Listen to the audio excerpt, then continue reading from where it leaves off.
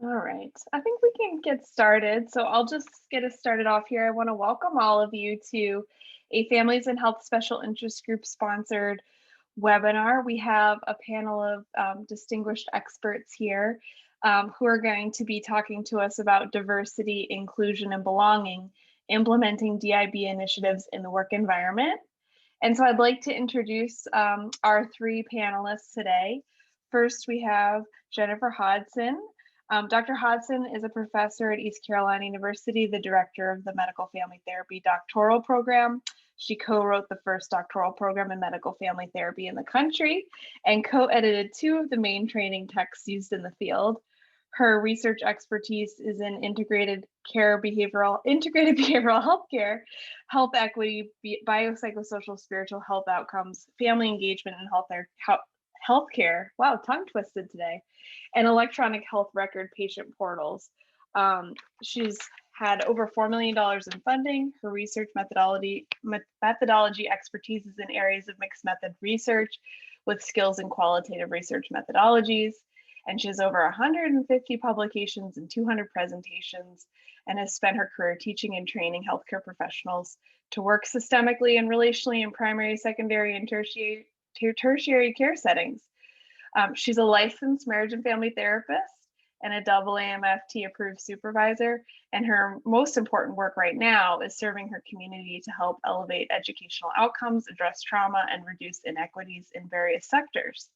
She also has a husband and parents 3 teenagers and 2 fur babies, which is no small task either.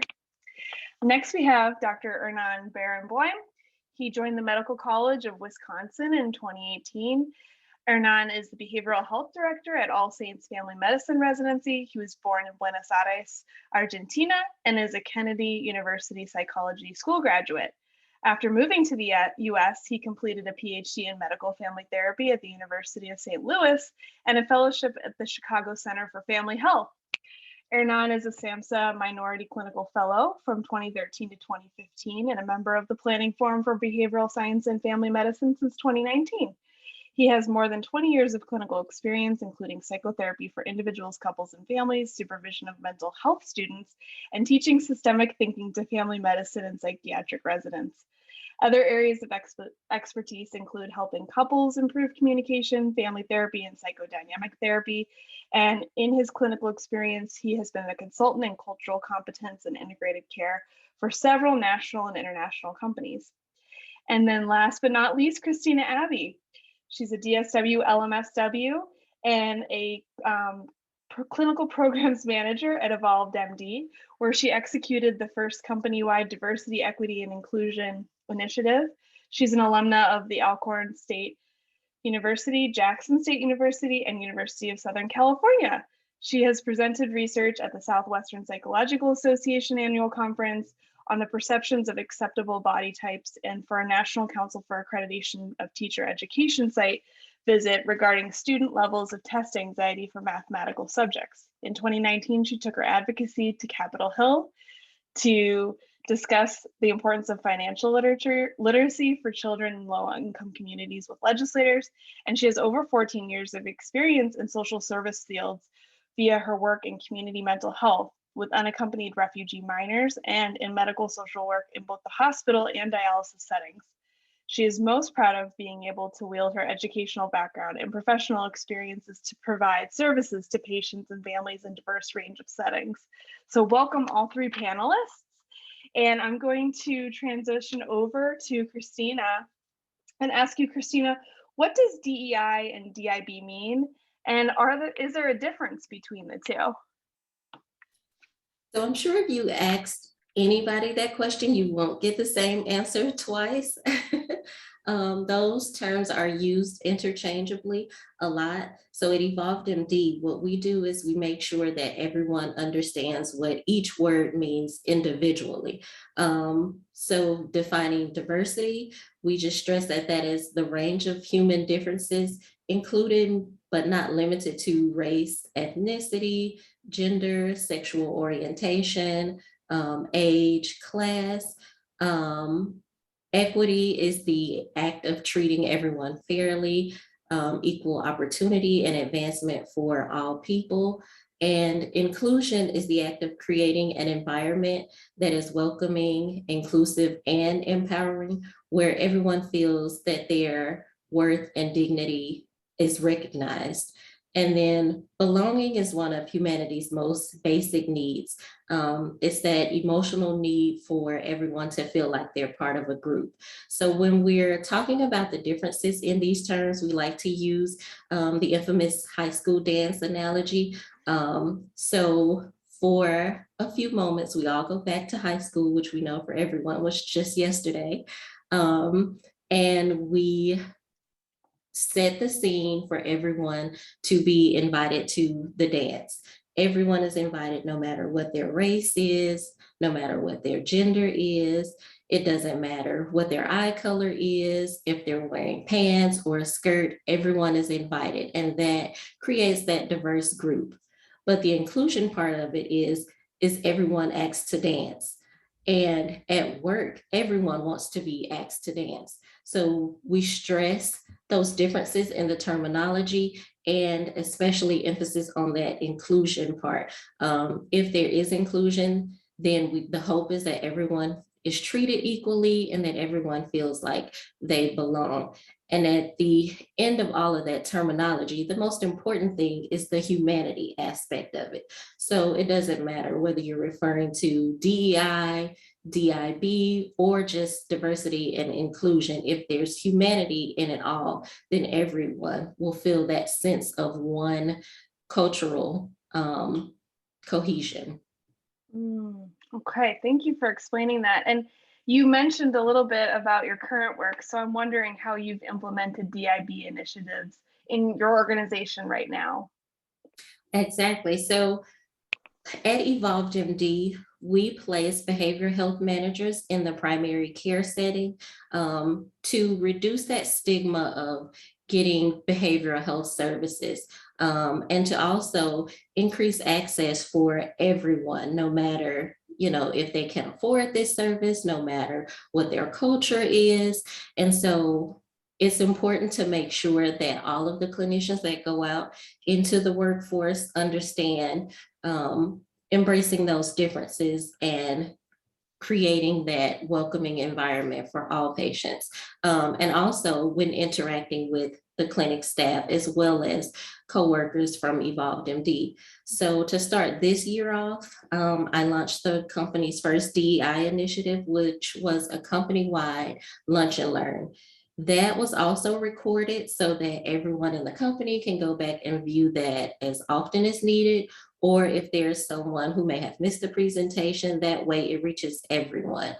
And we also turned that same lunch and learn training into part of our, we included that as part of our new hire orientation for the behavioral health managers. So every clinician that starts receives that same training so that everyone is made aware of DEI and everything that's involved with it and how to properly provide services to our patients. And the last aspect of that training focuses on some of those tools that clinicians can use, because we don't want to stress to them, you need to recognize differences and not provide them with the resources to accurately assess and to get an accurate clinical picture of what that looks like for each person and how trauma is impacted by the way a person presents clinically and the services that they need. We also launched a company-wide survey so that we can find out what topics our staff is interested in learning more about or what areas they find difficult to address. And in the future, we are launching continuing education courses internally so that our clinicians can continue to learn issues surrounding DEI, and also so that myself as the one leading the training can continue to gain that knowledge. Yeah, so it sounds like giving everyone a foundation and then tools as well, and continuing Absolutely. and continuing to follow up to see what more do people want and need to build on that. That's wonderful. And so we're talking a lot about diversity and the role it's playing in how you're training and supporting your team. So I wonder, what role do you think culture does play in the mental health field? Oh, culture plays a huge role in the mental health field. So, culture plays a role in understanding how people perceive the causes of health and illnesses. It plays a role in how they manage those illnesses, and just their overall understanding. So, is there adequate knowledge across cultures of the issues that they may be facing, or how does a person's religion impact those illnesses? Culture also modifies the way people cope with stressors. Um, it impacts the way that they are assessed, and it also impacts treatment seeking. So historically, we know that minorities are less likely to seek mental health treatment. However, they're more likely to present in crisis. Um, we have gender differences that also affect mental health. For example, in the more patriarchal cultures, it's inappropriate for males to work with females and vice versa. So that alone impacts whether or not services are provided, whether or not a person has access to that service, or whether or not it's even allowed. Um, Also, family can play a large role in that. So if you come from a family that has is known for not come from a culture that's known for not seeking mental health treatment, that definitely will impact whether or not you seek those same services. So culture plays a large role in how mental health treatment is seen, and accessed. Hmm. Thank you so much, Christina. I'm going to shift over to Jennifer now and carry on the conversation a little bit. So, Jennifer, I'm curious from you, what role do you think diversity, inclusion, and belonging play in the curriculum and training of medical family therapists in particular? Right. So we're talking about medical family therapists because that's what I do. I teach and train Mhm. medical family therapists, but certainly these things can apply to all different types of behavioral health Mhm. training programs and curriculums. But I think we've all had to pivot for all the reasons Christina said. No longer can we continue to use the models that have been defined by, researched with, and implemented mainly with, white majority populations. This is a real looking at the complete compendium of resources, policies, research, models, and revamping that so that it is promoting inclusivity, belonging, creating a welcoming space, providing care models that are more specific to the social location and the intersectionality components that happen for our patients. Yes, it takes more time. Yes, it takes more effort and energy, but frankly, that's what's been lacking. If our health outcomes in our country were number one, then we could argue against change, but we have nothing to argue against but for change, and really looking at it from a diversity standpoint. So the curriculum thing, and I would say I am a growing learner in this, and it's a safe space for me to be in that. And I hope I continue to be in a learning space as well as a teaching space with this topic. But what we have chosen to do, at least in our program, is an audit of our courses. We've gotten feedback from our, alumni who represent all different social locations, really being accountable. Are we having a diversity of authors from different social locations? And that takes effort, to really look into the literature and make sure all voices are being represented in what you're teaching and training.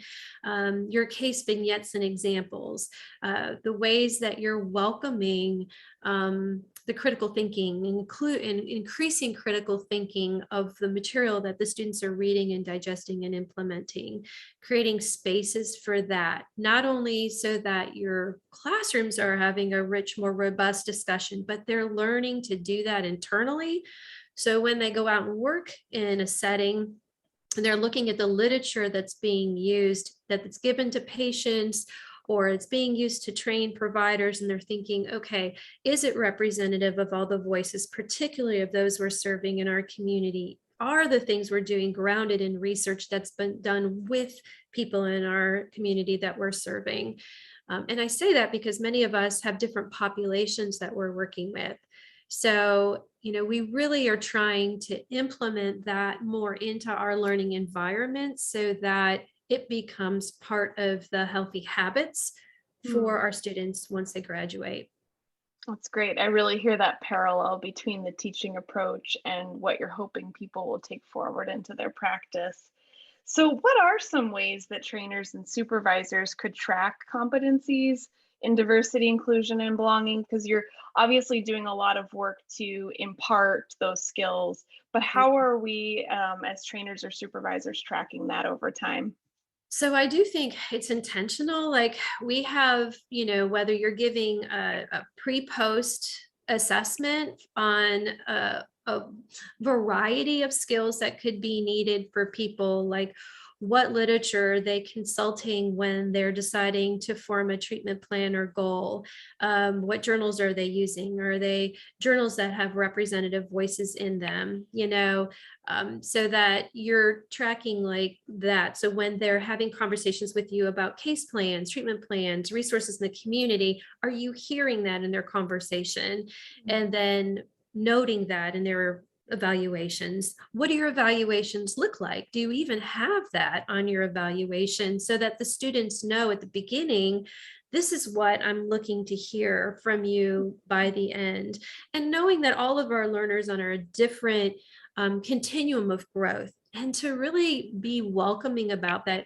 I think as educators, we can get, well, people who may be at a different place in their growth can get frustrated with people who maybe haven't spent as much time in their growth. But what we want to create is a receptive learner. And if I can get somebody who's at least willing to look at themselves, that's huge. If you get somebody who's not, then we really have to question ethically, should they continue in a profession where they're not even willing to acknowledge their own biases, blind spots, and then that may be the hard stops that we put in place, because those competencies are critical. We don't want to injure people or have people engage in unethical research because they don't know how to recruit diverse samples. They don't know how to write inclusive policies. They're not willing to serve all populations that need to be seen in the clinic and engage in conversations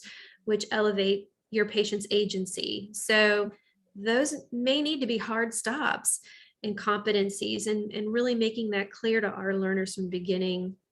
And then another thing you could do is, if you do have a learner who's got areas where they need to grow, whether it's a reading opportunity, a writing opportunity, an experience in the community, is to create, some sort of learning plan where they set a goal. I want to read this book or this website. I want, or watch this documentary. I want to write an article in my local newspaper about how we need to, address the needs more of people with intellectual disability in our healthcare system. Or I want to experience working with one of our minority populations in the community that I don't have a lot of experience with, and have them set that goal, and then that can be part of their competency. So it's very learner centered. So those are just some ways. But as trainers and supervisors, that means that we have to be willing to have those kinds of conversations and be trained to have them. And I can tell you, back when I thought I knew what I was talking about, I had so much to learn as a supervisor, and I still do, but knowing how to enter those conversations and be okay with being a learner again, that also is where trainers and supervisors need to be engaging in their own competency as well. And you perfectly set up my next question, which was really what is important in terms of faculty development around in the training program that you have been a part of, in terms of being able to be competent as a trainer of those who are developing these competencies, and particularly knowing that each trainee has different needs, and so that has to be tailored. Like you said, it is complex. It is complex.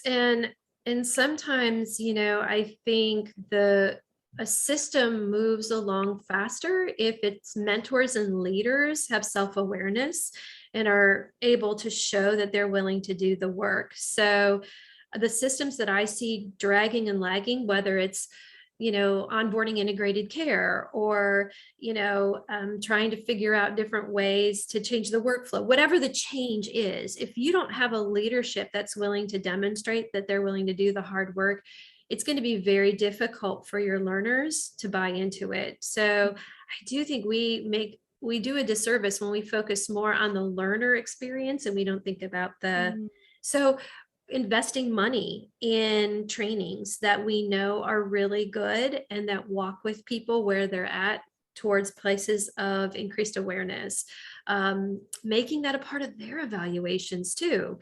So, at the end of their annual year, can they demonstrate, what their goal was and what they did to achieve that, whether it's attending a webinar like this, or joining a book club, or going to a free film in the community on resilience. Can we show as learners who are also educators how we're growing and attending to that and making that a requirement? But I know that some people push up against that, but I think it's self-guided. Like, we really want people to do more self-evaluation versus the system saying, this is what it takes to be an enlightened, welcoming person. It really needs to come from within and then have it be guided by somebody who's done the work themselves. So I do think faculty development is critical. And, and sometimes faculty have a hard time talking to each other about this, holding each other accountable. So also having those conversations, like if I see, Jennifer not attending to something the way she needs to, how can I create a safe space for us to be able to say, I have something I'd like to talk to you about because I care about you as a colleague. I've noticed this. And for us to receive that as an investment in our growth versus somebody who's trying to be critical of us. So I think as work communities, we need to do that with each other as faculty, and then make that known that that's our culture when we hire people into it, that we're going to support each other in our successes and in our growth areas. Are you comfortable with that? So faculty development is so critically important. Yeah, it sounds like important, and there's a lot of thought and care that goes into how you build that and build a culture around it. Right.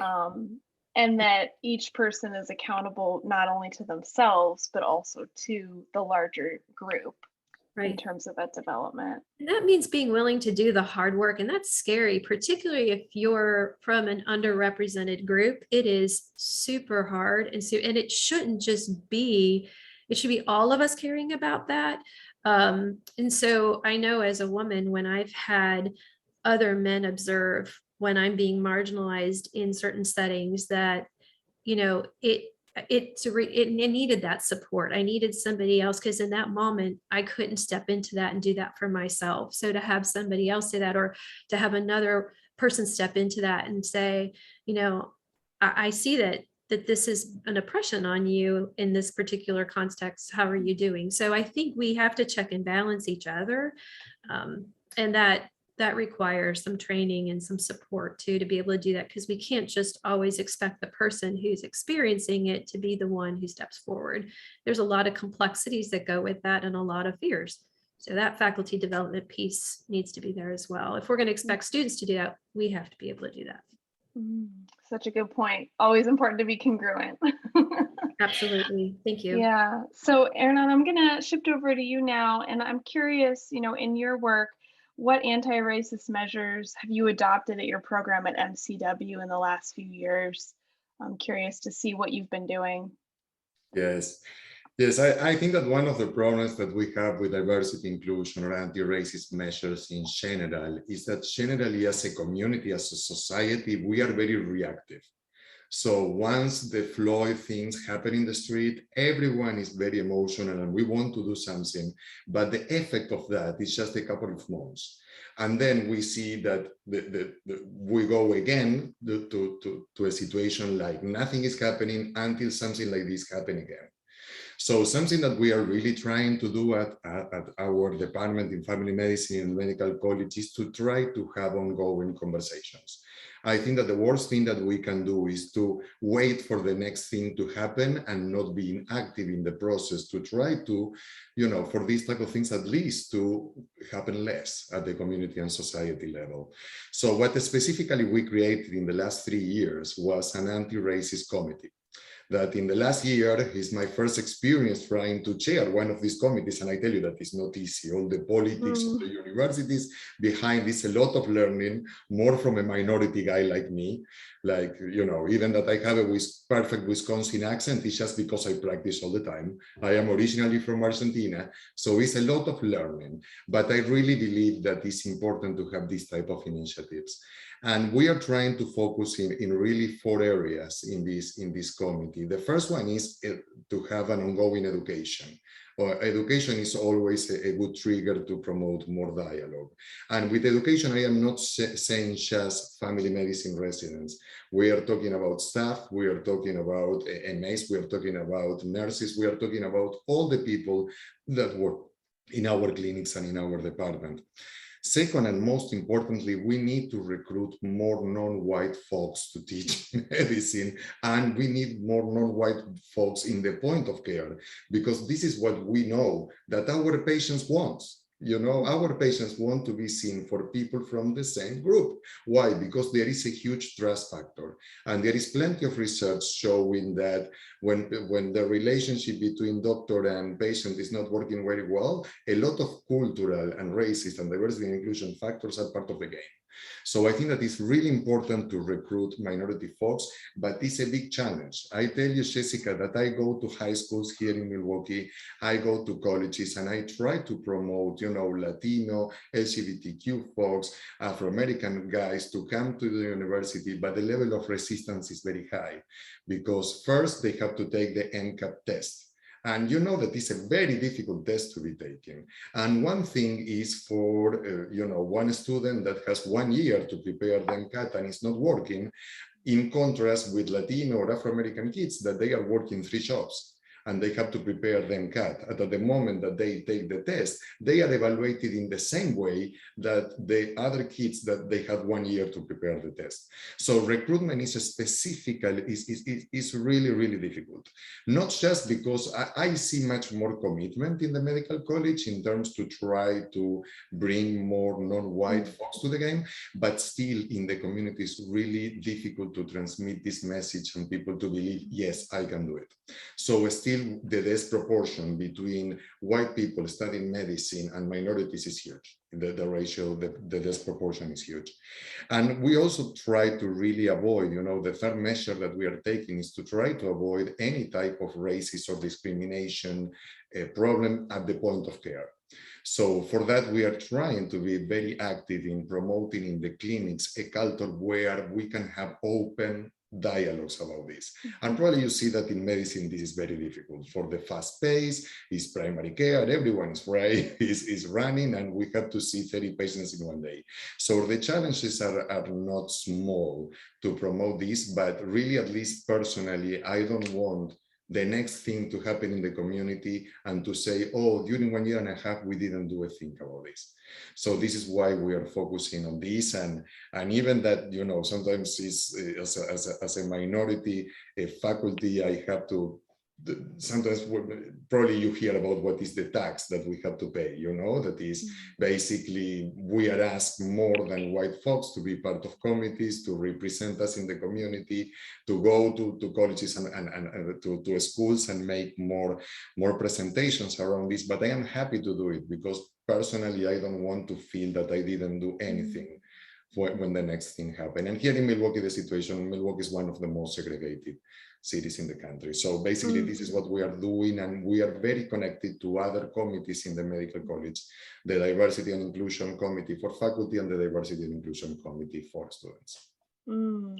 I hear it's a multifaceted approach, and I hear, that you're trying to build the diverse workforce that's needed for patient care and for what patients want and need, but also that you have this approach to the whole team needing training. And this isn't just about the people at the top of the hierarchy. This is about the entire team being able to work together around this goal, which is really something that stands out to me about what you're saying. So I'm wondering, specifically what types of diversity, inclusion, and belonging content have your family medicine residents been exposed to during your training? Well, one of the things that I am trying to push forward in the anti-racist committee is to try us to be an element of curriculum development that is updated, that is engaged, that is a safe place. As Jennifer was saying, it's really important to try to create safe space to talk about this. And sometimes it's not going to feel so safe, but still it's better to have the conversation than to don't have it. So we are trying to use the committee as a way to develop curriculum that we can share in all of our family medicine residencies. And for the moment, we are really trying to focus in something that we saw in several videos of our residents, that are the number of microaggressions that happen at the point of care. So we are specifically trying to give a lot of training in microaggressions, these subtle things that actually makes relationships so difficult sometimes, because we don't even know sometimes that we are doing it. And also something that we are trying to focus specifically is in the importance of bystanders interventions. It's very different. As a Latino guy, the other day in a meeting in one of the committees, someone was saying how important it is to take residents that they have no accent, because in this way they can be more, the patients can understand the clinician in a better way. Of course, that I felt, that this was not nice to be said, I have a big accent.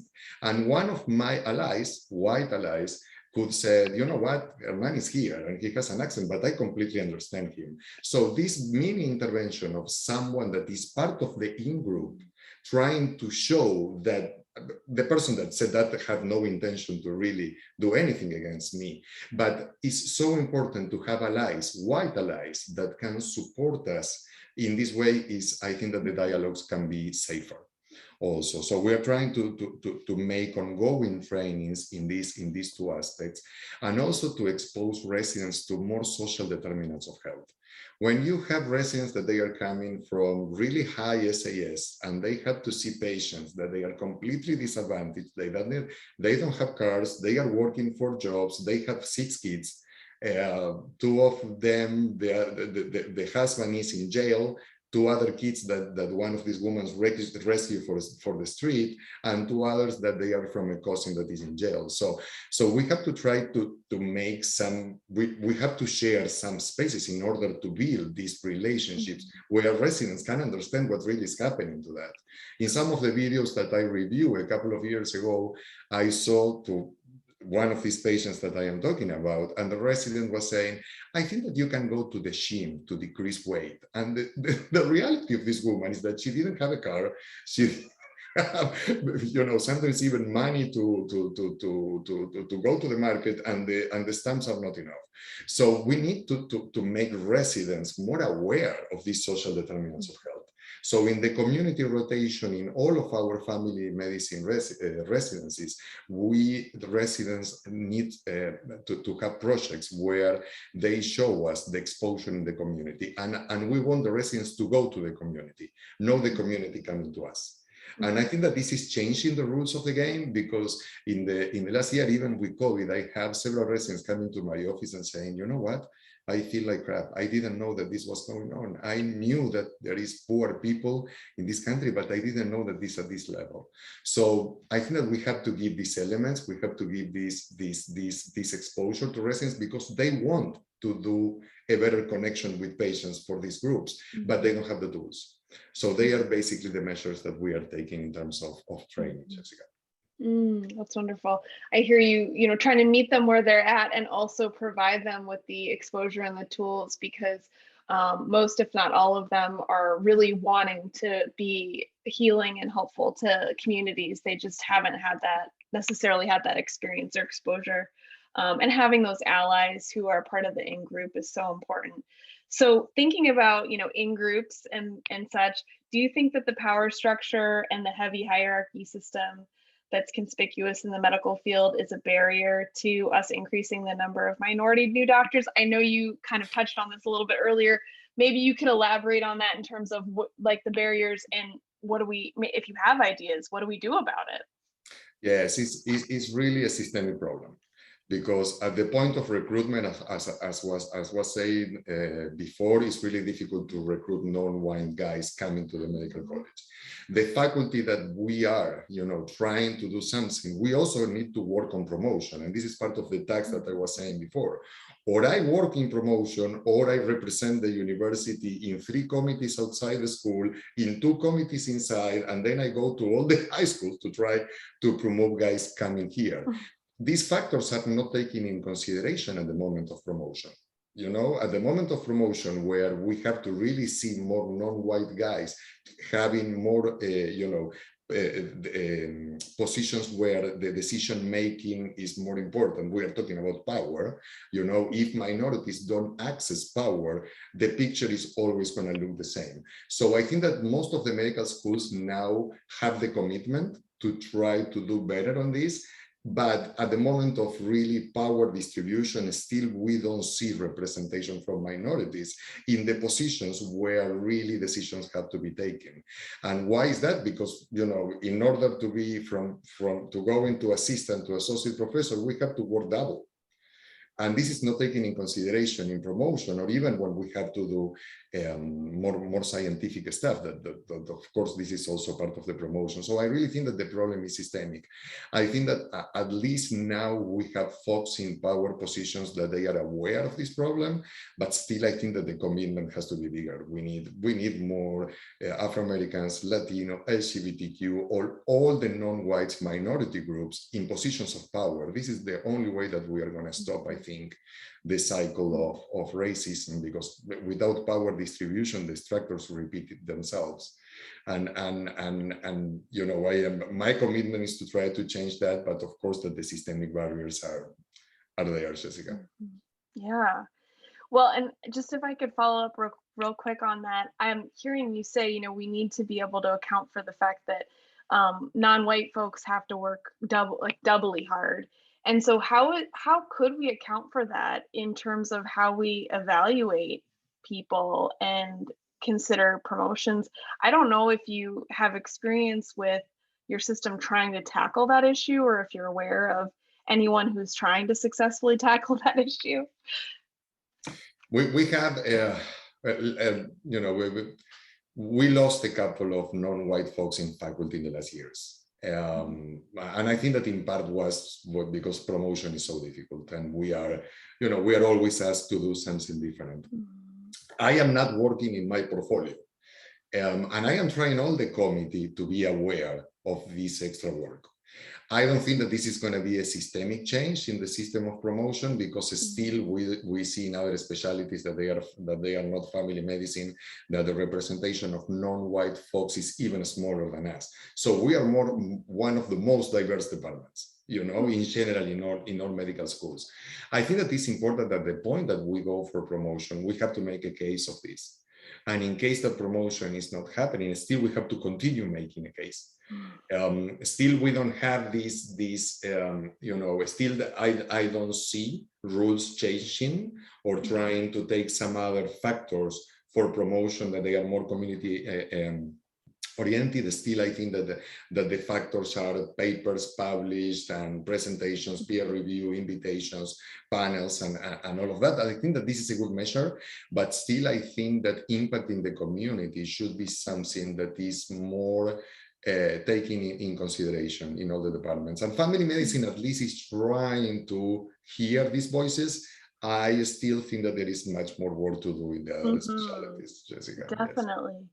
That's a great point around the community involvement and community support, and I think it's so well taken.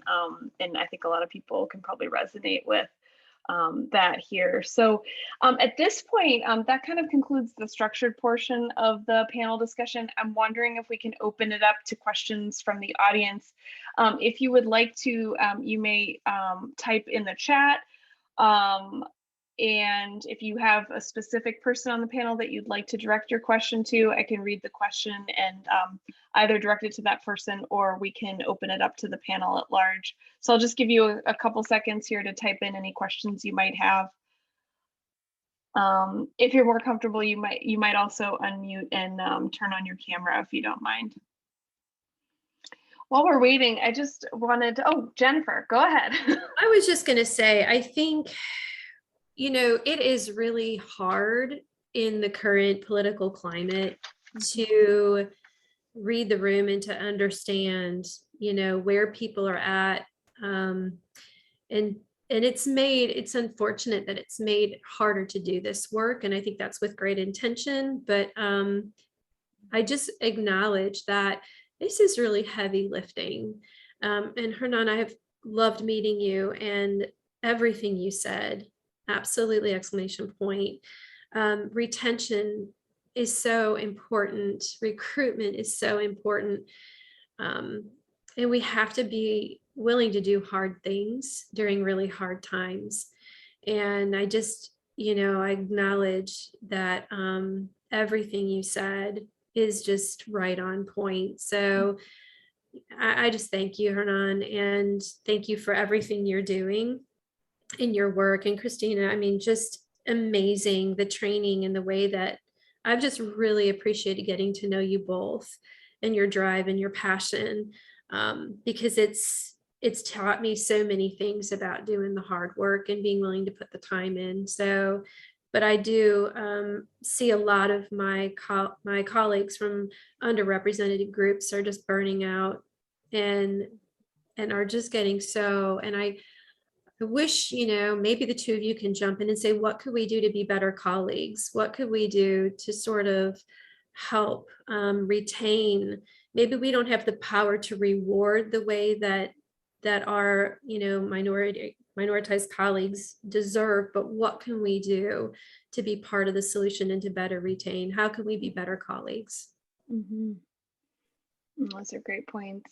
And, ever the strength-based person, I kind of wanted to reflect too that while we have a very long way to go and plenty of things to still solve, we're having these conversations and we're starting to try to make meaningful change, and we're getting used to, I think, in these spaces, we're starting to get used to asking the harder questions and examining ourselves.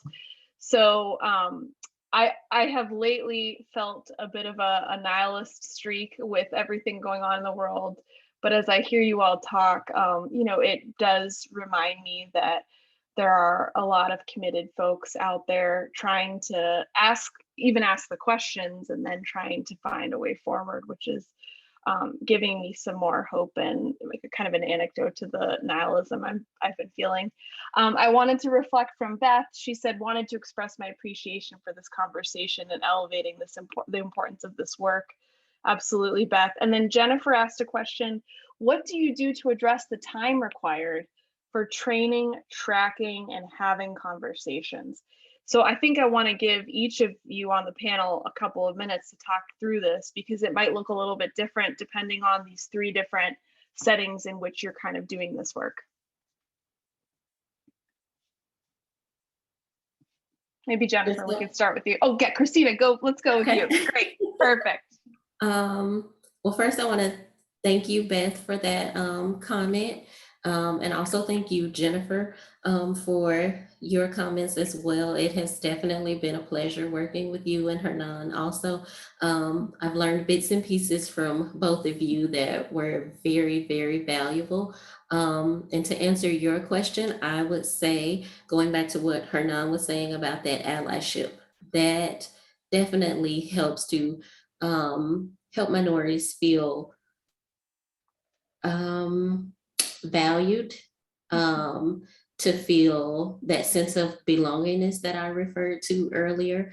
And also just to increase the conversations about this, the trainings and the conversations, in an environment where you feel comfortable addressing these issues. It increases the value, and it also contributes to everyone's knowledge, the majority and the minority, because everyone has different lived experiences. So those conversations fuel that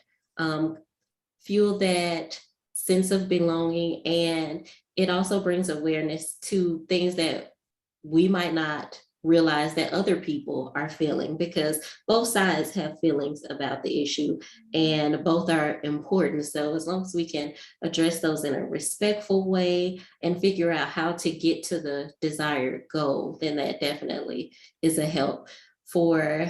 I know with our agency, before I even begin the DEI training, I let everyone know that, this is not meant to be offensive. And if there's anything that is said that is incorrect, please, let me know. So I don't even begin before everyone agrees that, if something is said that causes any type of negative feelings, that it will be brought to my attention, so that it can be addressed. So that's number one. And that opens the door for people to openly say the things that they want to say, or to ask the questions that they want to ask. And going to Jennifer's question about addressing the time required for trainings at Evolved MD, when we have these required trainings, we block off the clinician's schedules so that no one can schedule a patient during that time. And that doesn't count, against them for anything, because we want you to feel like you have this time and not rush through the time because you have a patient coming, or, not to wonder if, oh, is it a problem if I'm not doing X, Y, or Z right at this time. So that time is blocked off so that everybody has the opportunity to join without feeling like they're missing out on some type of work obligation. Yeah, protecting that time and making sure that that time is honored and separate from what's expected from the clinical perspective, so that it doesn't create any extra undue stress, and that it's emphasized that this is as important, and that this time will be honored.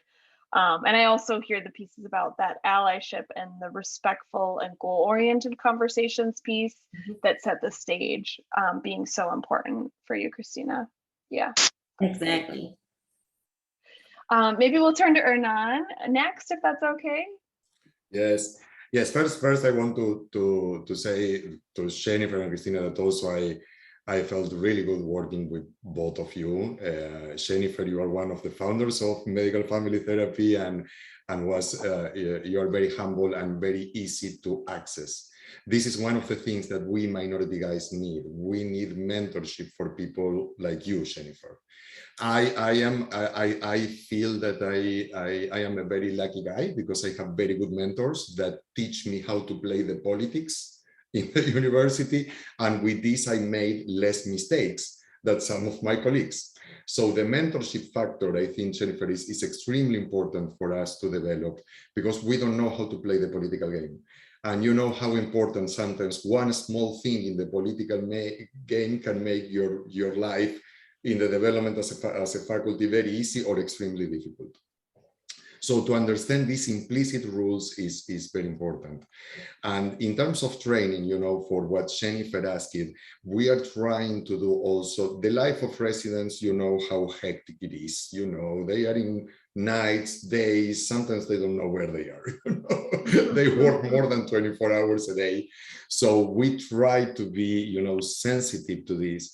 But we are making all our anti-racist and DI efforts mandatory for residents and faculty, but they can take the training in the time that they can. So we are recording all of our trainings, and then we ask them to watch them when they can.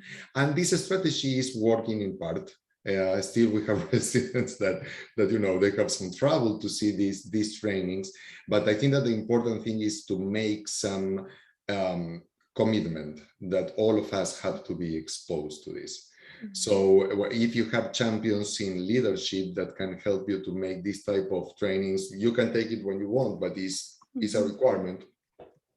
This type of trainings has to be specific and required. It cannot be optional. This is at least my position. Yeah. Yeah. So good mentorship is critical. And it sounds like seeking that out from diverse mentors who can provide you with different types of expertise or knowledge around how to navigate, including from maybe more majority, white folks who might be able to kind of give you that insight into how to play the game, so to speak, has been helpful to you in particular.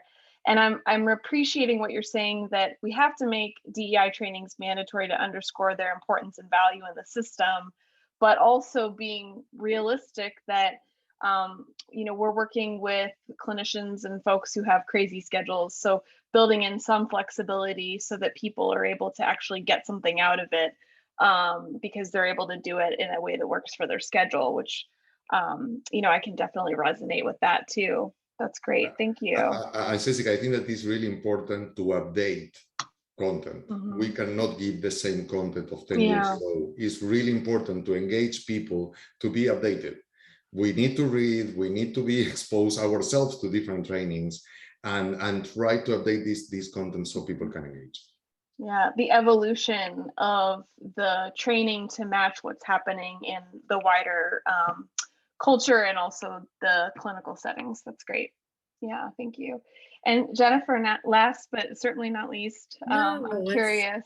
Yeah. Well, it's interesting because I'm thinking about this idea that Jennifer brought up of time, and I think that one could think about, why are we so busy, and is there a point to that so that we don't learn and have the time to think and challenge and think critically? Don't know. Could be.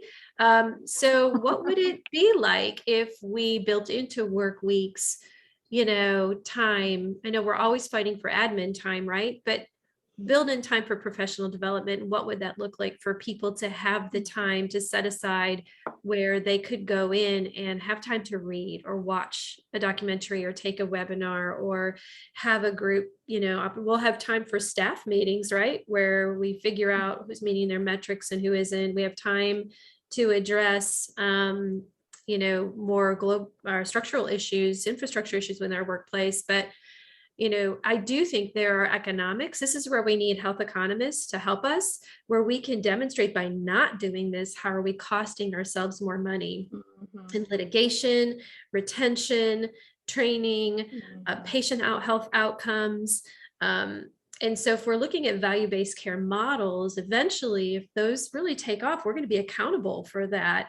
So how do we start, working with health economists to help sell to those people who really have the ability to protect time and think about time differently, so we can move out of those majority unhealthy ways of thinking about the work week into one that does think more openly about time and values. So I really think that's important. And then, yes, Jennifer, bringing community members into the training, or even requiring your team to go out into the community.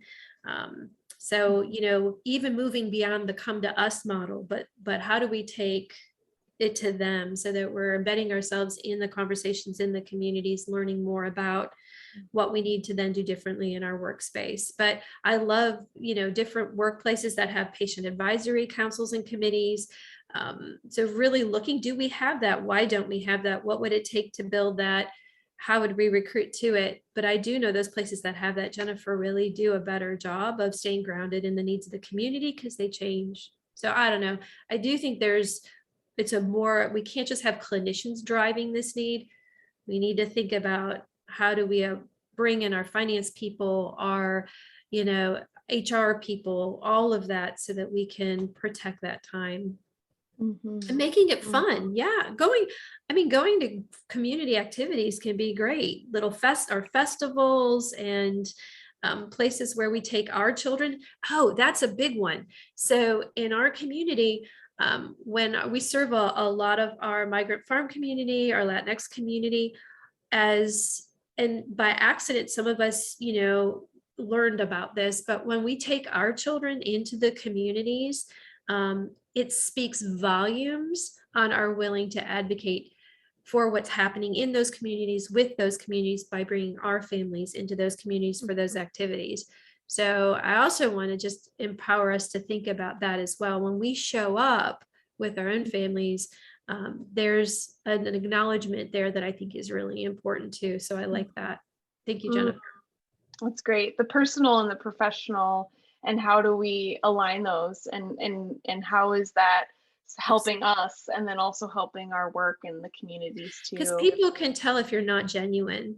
Yeah. People can tell. There's a tolerance for making mistakes if people can tell that you're trying to learn and be genuine. That's what I had to like convince myself of. It's okay, as somebody said, to not have the right word, as long as I'm open to learning what the right word is, right? So, and people can feel that. So as long as you're genuinely invested in your community, you're genuinely invested in growth, you're going to do so well leaning into this. So. Well, unfortunately we're at time. This has been a really rich and thought-provoking discussion for me, and I'm sure for others. I want to thank all of you, Christina, Ernan, and Jennifer, for your time and sharing your knowledge and wisdom with us today. And I also want to thank everybody who's joined us for this hour, for engaging in this conversation, and really being a part of thinking through, where are we at and how do we move forward in healthcare to support inclusion and also this idea of belonging. And so we'll leave it there for now, but thank you everybody. And I hope you all have a wonderful day and a great week. Take care. Thank you.